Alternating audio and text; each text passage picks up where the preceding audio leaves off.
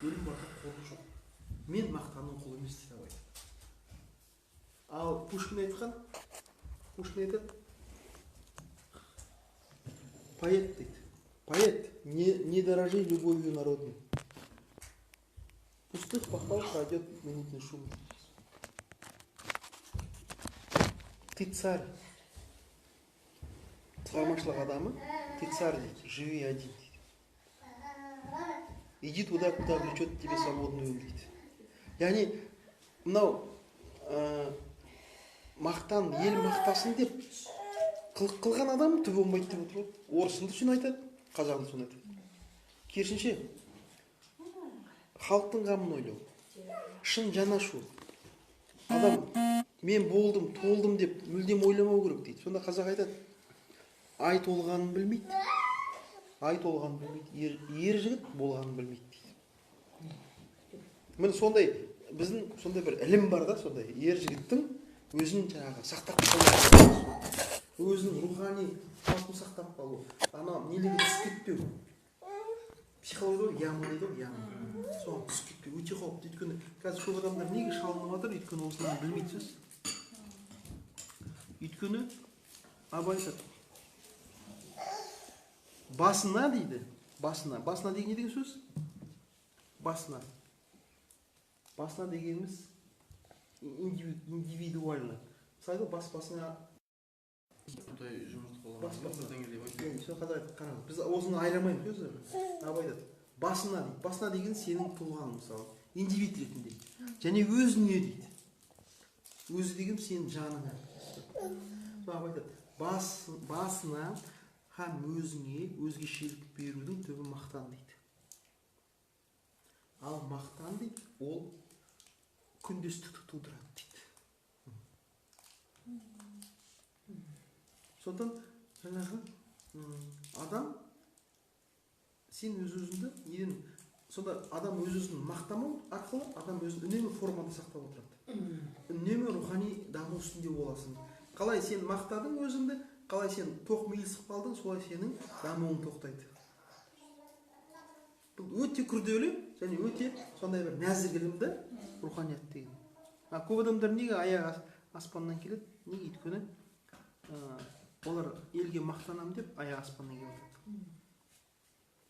Кеше бір ғана бір кісі есіне қалды да, жаңағы жұрттың табасына сөз қалып жатыр, оған шабуыл көбейді. Сосын мен жазып жібердім, артық сән салтанаттың не қажеті бар деп. Сосын ол кісі ер екен де жазып жіберді. Қатеменен болды екен. Атағымды шығарам деп 5 түрлі себебім дейді.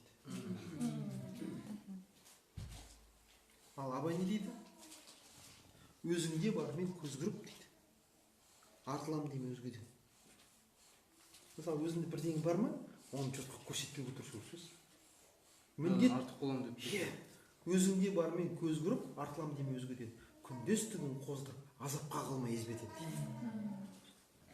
Сондан шығыста бір сөз бар. Богатый, умный богач прячет свои богатства. Жасыру керек. Енді бар ғой, енді Құдайға шүкір айтып. Мысалы бізде қазір көп адамдар бүйтеді, мысалы. Неше балам бар дейді. Ол әдепсіздік қалсақ, ой сұрамаған. Өйткені санын айтпаған. Неге? Көп бала шетіне кетсіз. Және де оның екінші бір жағы бар. Кім айтады? Бөлтірік шешем. Құдайын ұмытқан дейді. Құдайын ұмытқан. Баласының санымен мақтанады дейді. Неге Дәуіттің 30 жылын бір күнде алды? Құдай, Алла тағала мақтанды ғой. Ассаламу алейкум. Қараса, 30 жыл тұр дейді ғой. Намаз оқығанда 10 жағында 15 жыл, 10 жағында 15 жыл. Сонда, менде бір жамағат болып қаппын ғой өзім. Мен енді кім тисе алады? Енді маған жаңағыдай қандай, кімнің несі жүреді деп мақтан кіреді ғой. Ой кіреді. Өйткені санды айтқан кезде ой келеді сөз. Сонда намазда тұр. Ассаламу алейкум рахматулла дегенде Алла тағала 15 жылын алды дейді бірден. Ассаламу алейкум рахматулла деген кезде 15 жылын алды дейді ғой. Сонда 31 намазда. Бір намазда. Сонда ғой жігіттер жалағаза, жігіттер дейді, уайым қайғы жоқ демеңіз, көйлек көк тамағымда тоқ демеңіз. Дәуіттің 30 ұлын бір күнде алған, біздерге жалағаза жоқ демеңіз дейді. Сонда Алла тағала бір періштені жіберді дейді. Ай, біліп келші, Дәуіт қандай халетте екен деп. Содан Дәуіт пайғамбар ғой енді. Айтты дейді, өзінің қатесін түсініп. Я Алла тағала, беруші де өзіңсің, алушы да өзіңсің, шүкір Алла деп отыр екен дейді. Көрді бе? Алла тағаланың мейірімі оянып, Дәуітке айтты дейді. Ей Дәуіт, мен саған ризамын тақуалығыңа.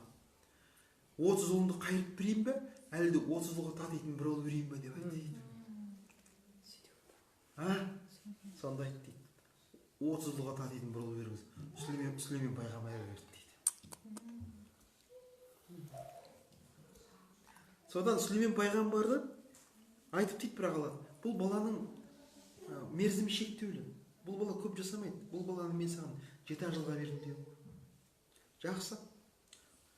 Алла тағала әміріңе құлдық. Содан бала 5-ке келген кезде баланың қолына шәугім, жаңа қолға су құятын шәугім, мойнына орамал. Содан келген қонақтың бәріне су қызып құйғызады екен. Содан 7-ге келеді тірі, 10-ға келеді тірі, 15-ге келеді тірі. Содан енді үміт пен күмәннің арасында не өлемес, тірі емес. Алла тағала жалынады. Я Алла тағала, 7 жылға деп мерзім беріп едіңіз. Мына бала әлі тірі, аманатың әлі сақтаулы, жанынан жан, жүректен жүрек қалмады. Анығын айтсаңшы дейді ғой енді. Сонда Алла тағала айтады, ей Дәуіт, шынында да мен саған 7 жылға бала беріп едім, бірақ мен көп құлдарымның тілегін жерге тастай алмаймын. Сенің ұлың қанша келген қонақтарға қолын су құйғанда соншама қонақтар ықыластанып батасын берді. Ғұмырың ұзақ болсын, ғұмырың ұзақ берсін. Қанша менің қонақтарым, менің сүйікті құлдарым ғұмыр тіледі, сонша жас кезінде. Сода мынау қазақтың балаға су құйғызатын сол екен. Сонда бір қазақ соғыста жүрген, Ұлы Отан соғысында. Сонда мынадай сөз айтыпты, серт беріпті. Я Алла тағала депті, аман есен осы қанды қырғыннан елге оралсам, сол күні жанымды алсаң саған ризамын деу. Содан қанды қырғыннан қазақстан аман кетті. Келген бойды бүкіл елді шақырған үйіне қой сойып, мал сойып. Содан ешкімге су құйғызбай, жалғыз өзі құманды алып, жұрттың бәрін қолын су құйғызып, ертеңді қалпақтай түсіпті.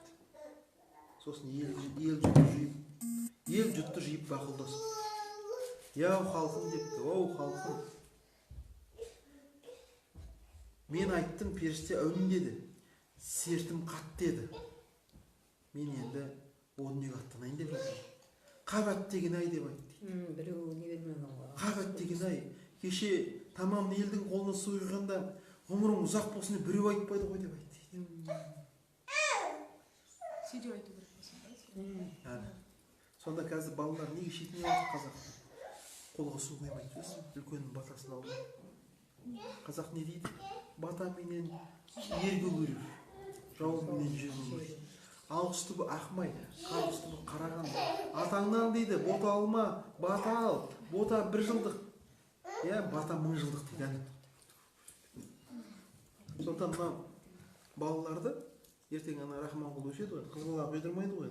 Рахманқұл өскенде қолына, иығына сүлгі, қолына шәугім беріп, су құйғызу керек. Бейбарысқа сөйту керек. Біз елеп айтады, біздің қазақтардың өздеріне бар. Өзіміз жуамыз ғой дейді. Өзің жуатына күмән жоқ. Сен сараңдық танытып отырсың ғой. Өйткені қазақ айтады, берген жомарт емес дейді, алған жомарт дейді. Құдай тағаланың жолына түсейін деп отқан адам ықылас ашылып тұрған кезде бергенін алмау нағыз сараңдық екен ғой. Сонда келген үйіңе жамандық тілеген дейсің сен. Егер сен қолыңды өзің жусаң. Ер балаға бата берілсін деп, әдейі ер балаға ұзама? Ер балаға. Ер бала артық. ер бала, ер деген өзі рух Атаны деген сөз. қимайды.